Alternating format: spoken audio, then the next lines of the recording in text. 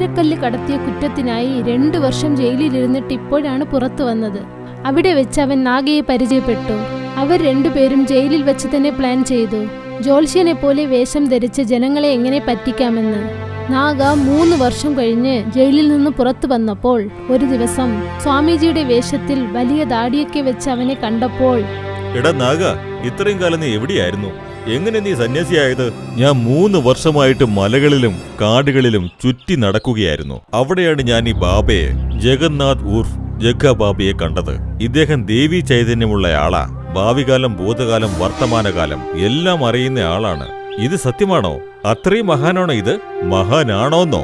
നമസ്കാരം ബാബ. എന്റെ ഭാവിയെക്കുറിച്ച് എന്തെങ്കിലും ഒന്ന് പറയാമോ? ബാബ രാവിലെ ഒരു ഒറ്റ തവണ മാത്രമേ സംസാരിക്കൂ. നിനക്ക് എന്തെങ്കിലും അറിയണമെങ്കിൽ ഒരു പേപ്പറിൽ നിന്റെ പേരെഴുതി അദ്ദേഹത്തിന് കൊടുക്കൂ. ജഗ്ഗ ബാബ നിന്നോട് നാളെ പറയും.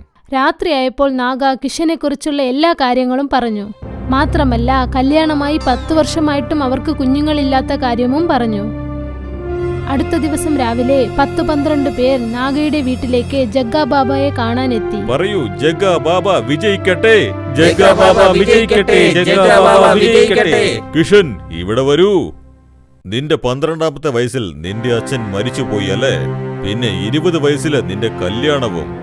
അടുത്ത ഗ്രാമത്തിലുള്ള വൈദ്യർ സുശീധരന്റെ മകളെയല്ലേ നീ വിവാഹം കഴിച്ചിരിക്കുന്നത്? നിന്റെ 30ാമത്തെ വയസ്സില് നിന്റെ അമ്മ മരിച്ചുപോയി അല്ലേ? 27 വർഷങ്ങൾക്ക് മുൻപ് ഇവിടെ വലിയൊരു കൊള്ളസംഘം വന്ന് കൊള്ളയടിച്ചു. ആ വർഷം നീ മരണത്തിൽ നിന്ന് രക്ഷപ്പെട്ടത്. 2 ദിവസം കഴിയുമ്പോൾ നിന്റെ 40ാമത്തെ പിറന്നാളല്ലേ? ഇതുവരെ നിനക്ക് കുട്ടികളൊന്നുമില്ല. നിനക്കും നിന്റെ ഭാര്യയ്ക്കും ഒരൊറ്റ ആഗ്രഹം മാത്രമേ ഉള്ളൂ, നിങ്ങൾക്കൊരു കുഞ്ഞ് വേണമെന്ന്.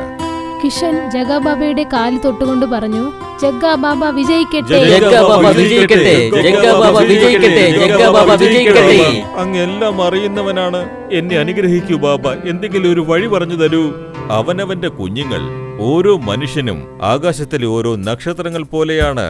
അതാണ് അവരുടെ ഭാഗ്യത്തെ തീരുമാനിക്കുന്നത്. നിന്റെ നക്ഷത്രത്തിന് ഇപ്പോൾ ബലം കുറവാണ്. അതിന് കുറച്ച് വിറ്റാമിൻസ് ആവശ്യമുണ്ട്. എനിക്ക് എന്റെ സർവ്വശക്തി കൊണ്ട് അത് ശരിയാക്കാൻ സാധിക്കും. പക്ഷെ ഇതിന് 10,000 രൂപ ചിലവാകും. ബാബ, അങ്ങൊരു പുണ്യാത്മാവാണ്. എന്റെ ജീവിതം രക്ഷിക്കണമേ. ഞാൻ നാളെ തന്നെ പണം എത്തിക്കാം ബാബ. പോ മകനെ, എല്ലാം നല്ലത് സംഭവിക്കൂ. ശരി, എല്ലാവരും പൊയ്ക്കോളൂ. ബാബയ്ക്ക് വിശ്രമിക്കാനുള്ള സമയമായിരിക്കുന്നു. ആർക്കൊക്കെയാണ് വിവരങ്ങൾ അറിയേണ്ടത് അവരൊക്കെ പേപ്പറിൽ എഴുതി തന്നിട്ട് പൊയ്ക്കോളൂ.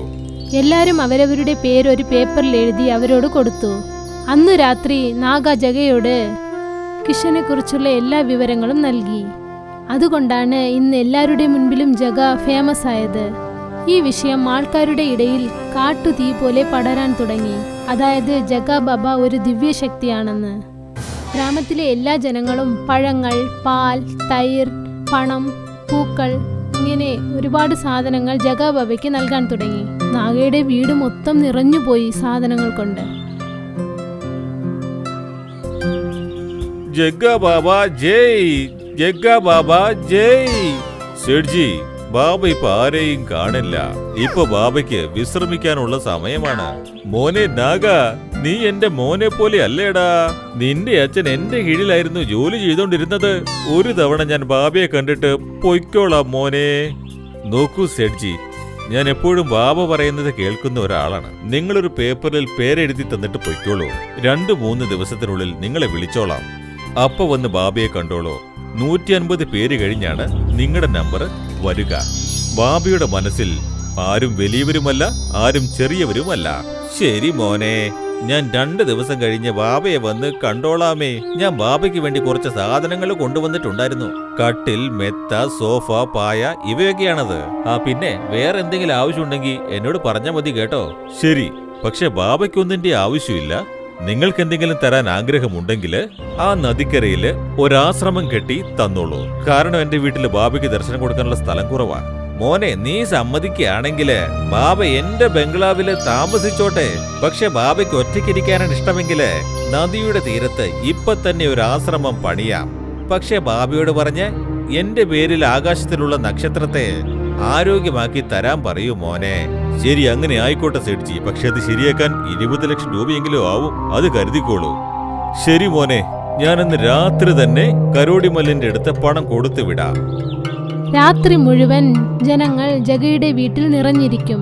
ജഗയും നാഗയും ചേർന്ന് രാവിലെ 4 മണിവരെ പണം എണ്ണിക്കൊണ്ടിരിക്കും. മൊത്തം 32 ലക്ഷം രൂപ കിട്ടി. രണ്ടുപേരും ഒരേ ദിവസത്തിൽ 32 ലക്ഷം രൂപ സമ്പാദിച്ചത് വിചാരിച്ച് സന്തോഷിച്ചു. ഇതുപോലെ സമ്പാദിക്കുകയാണെങ്കിൽ ലോകത്തിലെ ഏറ്റവും വലിയ പണക്കാര് ഇനി നമ്മളായിരിക്കും. അതെ അതെ, ഇതിലും നല്ല ബിസിനസ് വേറെ ഒന്നും തന്നെ ഇല്ല. രാവിലെ ജനങ്ങൾ കൂട്ടത്തോടെ അവിടെ എത്തി ജഗ്ഗാബാബയെ കാണാൻ. പേപ്പറിൽ പേരെഴുതി വെച്ചവരുടെ വിവരങ്ങളൊക്കെ നാഗ ജഗയോട് പറഞ്ഞു. ജഗ ഓരോരുത്തരോടും അവരെക്കുറിച്ചുള്ള വിവരങ്ങൾ പറയാൻ തുടങ്ങി. അത് കേട്ടപ്പോൾ ജനങ്ങൾക്ക് വളരെ ആശ്ചര്യം തോന്നി. എല്ലാവരും ജഗ്ഗാബാബയെ വാഴ്ത്താൻ തുടങ്ങി. എല്ലാരോടും അവരുടെ പേരിലുള്ള നക്ഷത്രത്തെക്കുറിച്ച് പറഞ്ഞു. പിന്നെ അത് ശരി ചെയ്യാനായി ഒരു നല്ല എമൗണ്ട് ചോദിച്ചു.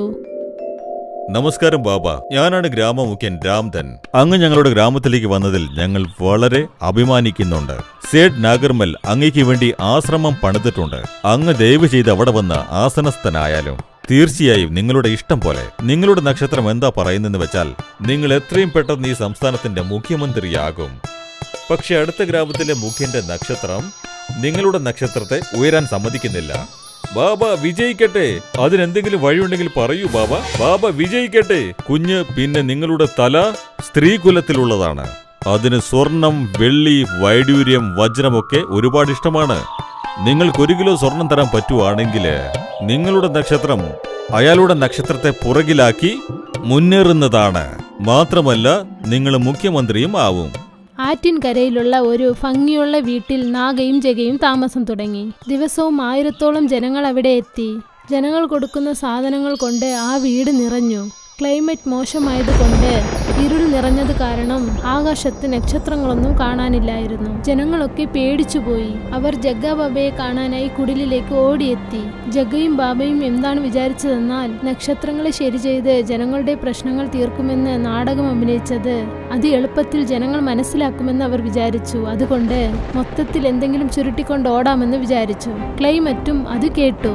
ഗ്രാമവാസികളെ, 3 ദിവസമായിട്ട് നക്ഷത്രം തെളിയുന്നില്ല. അത്രയല്ലേ ഉള്ളൂ. അതെ ബാബ, ഞങ്ങളെ ഞങ്ങളെ രക്ഷിക്കൂ, രക്ഷിക്കൂ, ഞങ്ങളെ ഞങ്ങളെ രക്ഷിക്കൂ. നിങ്ങളുടെ നക്ഷത്രങ്ങളെല്ലാം മോഷ്ടിക്കപ്പെട്ടിരിക്കുന്നു. ഒരു വലിയ മോഷ്ടാവ് നിങ്ങളുടെ നക്ഷത്രങ്ങളെയെല്ലാം മോഷ്ടിച്ചിരിക്കുന്നു. ഞാൻ അവനോട് സംസാരിച്ചിരുന്നു.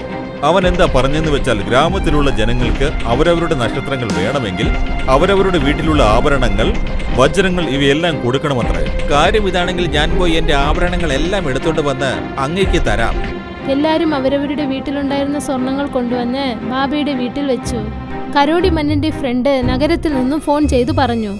ക്ലൈമറ്റ് മോശമായതുകൊണ്ട് മേഘങ്ങൾ ഇരുണ്ട് കാണപ്പെടുന്നു എന്ന് പറഞ്ഞു. നാളെ മുതൽ ക്ലൈമറ്റ് ശരിയാകുമെന്ന് പറഞ്ഞു. കരോടിമൻ ഈ കാര്യം അവന്റെ അച്ഛനോട് വന്ന് പറഞ്ഞു. നാഗർമൽ ഈ കാര്യം യജമാനനോട് ബോധിപ്പിച്ചു. എല്ലാവരും ആ കുടിലിലേക്ക് എത്തി. അവിടെ നോക്കിയപ്പോൾ ജഗ്ഗയും നാഗയും കിട്ടിയ പണവും കാശും സമ്പത്തുമൊക്കെ അടിച്ചുകൊണ്ട് ആരും അറിയാതെ നാട് കടക്കാൻ ശ്രമിക്കുകയായിരുന്നു. ഈ സമയത്താണ് മേഘങ്ങൾ മാറിയത്. ആകാശത്ത് നക്ഷത്രങ്ങൾ ജ്വലിക്കാൻ തുടങ്ങി. ഇവരെ രണ്ടുപേരെയും പിടിക്ക് ഇൻസ്പെക്ടർ സാർ. ഇവരെ രണ്ടുപേരെ അറസ്റ്റ് ചെയ്യ്. ചീത്ത പ്രവർത്തികൾ ചെയ്യുന്നവർ ഒരു ദിവസമില്ലെങ്കിൽ ഒരു ദിവസം തീർച്ചയായും കുടുങ്ങും. കാശ് എപ്പോഴും നേരായ വഴിയിൽ അധ്വാനിച്ച് സമ്പാദിക്കണം. മറ്റുള്ളവരെ പറ്റിച്ചുണ്ടാക്കുന്ന പണം നിരന്തരമല്ല. ഇപ്പോ നാഗയും ജഗയും വീണ്ടും ജയിലിലെത്തി.